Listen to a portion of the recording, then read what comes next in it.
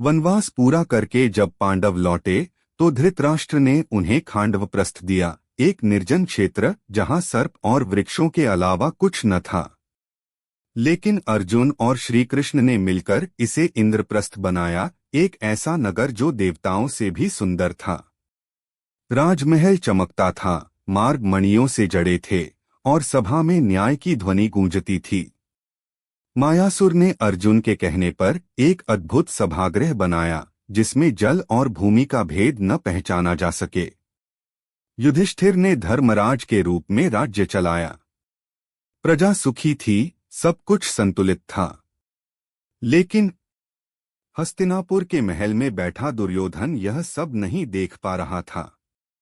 उसका हृदय ईर्ष्या से भरा था। राजा युधिष्ठिर ने सभी राजाओं को बुलाया, यह घोषणा करने के लिए कि अब राजसूय यज्ञ किया जाएगा। राजसूय जिसका अर्थ था कि पूरे आर्यावर्त के राजा उसकी अधीनता स्वीकार करें। भीम, अर्जुन, नकुल और सहदेव चारों दिशाओं में जीते गए। दक्षिण में भीम, उत्तर में सहदेव, पश्चिम में नकुल और उत्तर पूर्व में अर्जुन। सभी राजाओं ने श्रद्धा से युधिष्ठिर को अपना सम्राट माना। राजसूय यज्ञ में श्री कृष्ण भी आए। सभा में जब यह प्रश्न उठा कि पहला सम्मान किसे दिया जाए, भीष्म बोले, जिसमें सर्वोच्च ज्ञान, करुणा और धर्म एक साथ हैं, वही इस यज्ञ का प्रथम पूज्य है। वह है श्री कृष्ण वासुदेव।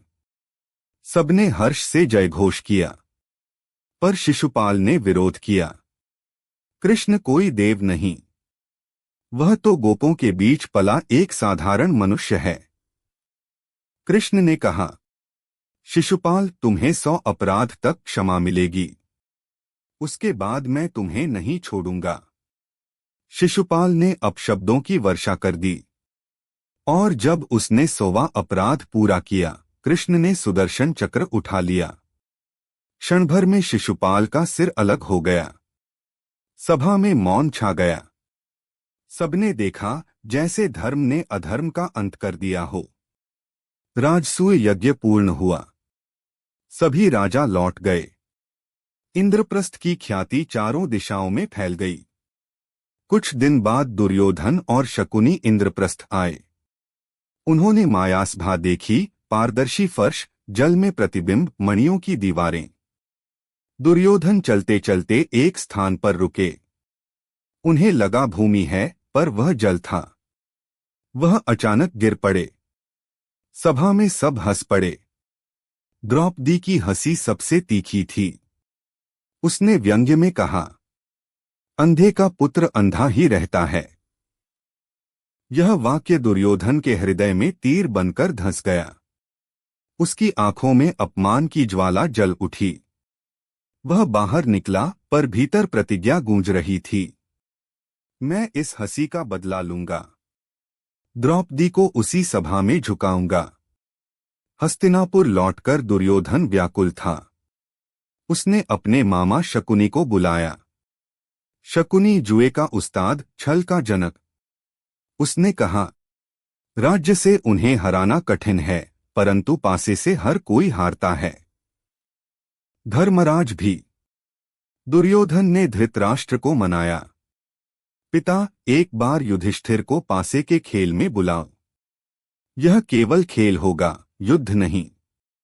विदुर ने चेताया, राजन, यह खेल विनाश का आरंभ होगा। परंतु धृतराष्ट्र पुत्र मोह में मौन रहे। सभामंडप में सभी उपस्थित हुए। भीष्म, द्रोण, कृपाचार्य, कर्ण, शकुनी, दुर्योधन, युधिष्ठिर और अन्य। शकुनी के हाथ में थे पासे, पर वे साधारण नहीं थे। उनमें कपट का देवता बसता था। शकुनी ने मुस्कुराकर कहा, धर्मराज, चलिए खेल शुरू करें। युधिष्ठिर ने कहा, खेलूंगा, पर नियम के साथ। शकुनी बोला, नियम वही रखे जो जीतने की आशा रखता हो। पासे घूमे और धर्म हारता गया। पहले सोना, फिर राजमहल, फिर इंद्रप्रस्थ, फिर अपने भाई और अंत में स्वयं।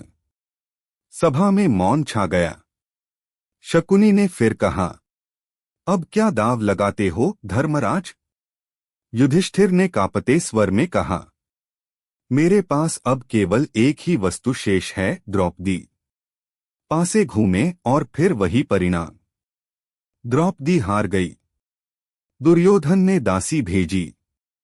द्रौपदी को बुलाओ, अब वह हमारी दासी है। द्रौपदी क्रोधित हुई।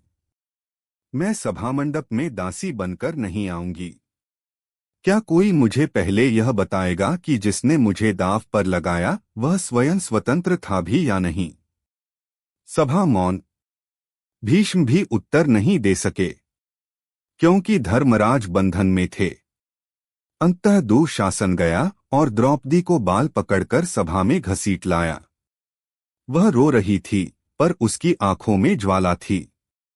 यह कैसी सभा है जहां धर्मराज मौन हैं और अधर्म गर्वित? दुर्योधन ने व्यंग्य किया। आओ द्रौपदी, अब यहां बैठो। ये रहे तुम्हारे 5 पति और मैं छठा। उसने अपनी जांघ थपथ पाई। भीम गरज उठे। इस हाथ से मैं तेरी जांघ तोड़ दूंगा दुर्योधन। दुशासन ने द्रौपदी का वस्त्रहरण आरंभ किया। सभा के देवता भी सिर झुकाए थे। द्रौपदी ने हाथ उठाकर पुकारा, हे केशव, अब मैं तेरी शरण में हूं। और तभी चमत्कार हुआ। वस्त्र अनंत होता गया। दुशासन थक गया, पर वस्त्र समाप्त न हुआ। सभा में हाहाकार मच गया। कृष्ण की कृपा ने धर्म की मर्यादा बचा ली। द्रौपदी ने आकाश की ओर देखा। हे अधर्म के रक्षक, सुन लो। इस सभा में रक्त बहेगा। मैं प्रतिज्ञा करती हूं, जब तक दुशासन का रक्त अपने केशों में नहीं लपेटूंगी, तब तक शांति नहीं लूंगी। भीम ने कहा, मैं शपथ लेता हूं, दुशासन की छाती फाड़कर उसका रक्त तेरे चरणों में लाऊंगा। और दुर्योधन, तेरी जांघ तो मैं अपने गदा से तोड़ूंगा। सभा कांप उठी। धृतराष्ट्र भयभीत हुए। उन्होंने द्रौपदी से क्षमा मांगी। कहा, मैं तुम्हें वर देता हूं, जो चाहो मांगो। द्रौपदी ने कहा, मैं अपने पतियों को स्वतंत्रता चाहती हूं। वर मिला और वह सब मुक्त हुए। परंतु अपमान की ज्वाला बुझी नहीं, वह युद्ध का बीज बन चुकी थी। दुर्योधन ने कहा, धर्मराज, अब तो तुम स्वतंत्र हो, परंतु क्या तुम्हें डर है? आओ फिर खेलो।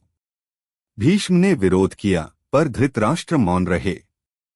युधिष्ठिर ने फिर खेला और फिर हार गए। इस बार दाव था 12 वर्ष वनवास प्लस 1 वर्ष अज्ञातवास। पांडवों ने शपथ ली, हम लौटेंगे अपने धर्म के साथ। भीष्म ने सिर झुका लिया। कृष्ण द्वारका चले गए और हस्तिनापुर पर अधर्म का साया छा गया। वनवास के दिन आरंभ हुए।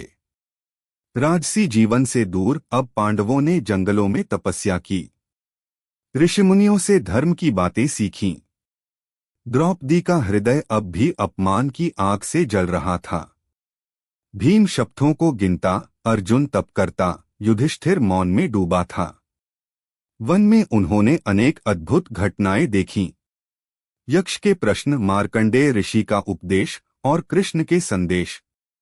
वन की हर रात उन्हें कुरुक्षेत्र की तैयारी करा रही थी। हस्तिनापुर के महल में दुर्योधन हंस रहा था। शकुनी कह रहा था, राजा वही जो जीत ले, चाहे छल से ही क्यों न। पर भीष्म के शब्द गूंजे, विजय की सबसे बड़ी शर्त है धर्म का साथ, और तुमने उसे खो दिया है। धर्मराज वन में थे, पर काल उनकी प्रतीक्षा कर रहा था। श्री कृष्ण का शंख बजने वाला था और पृथ्वी स्वयं युद्ध की गंध महसूस कर रही थी। सभा पर्व उस समय का दस्तावेज है, जहां सम्मान से जन्मा गर्व, गर्व से जन्मा अपमान, और अपमान से जन्मा युद्ध। यही त्रिकाल सत्य है। जहां धर्म मौन हो जाए, वहां युद्ध अनिवार्य है।